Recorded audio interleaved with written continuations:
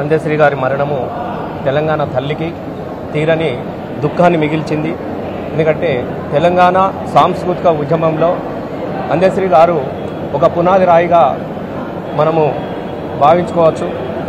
తెలంగాణ రాష్ట్రం కోసం వారు పడ్డటువంటి ఆరాటం, వారు పడ్డటువంటి తపన, తన రక్తాన్ని సిరా చుక్కలుగా మార్చి తెలంగాణ ధూమ్ధాంకు అనేకమైనటువంటి పాటలను అందించినటువంటి గొప్ప కవి, రచయిత, వాగ్గేయకారులు అందశ్రీ గారు. ముఖ్యంగా వ్యక్తిగతంగా మాకెంతో ఆత్మీయతను పంచినటువంటి వ్యక్తి. నాకు వ్యక్తిగతంగా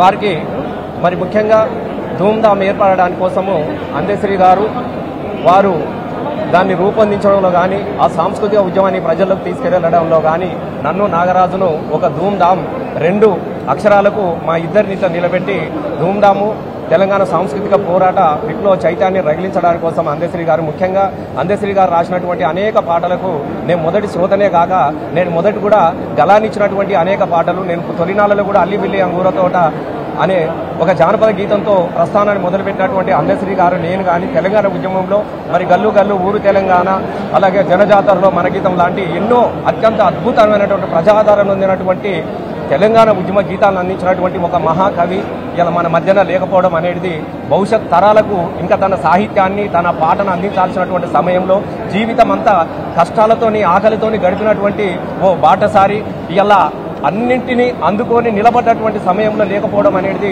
చాలా దురదృష్టంగా భావిస్తూ ధూమ్ధాం తరఫున వారికి మేము వినమ్రంగా సంతాపాన్ని ప్రకటిస్తున్నాం.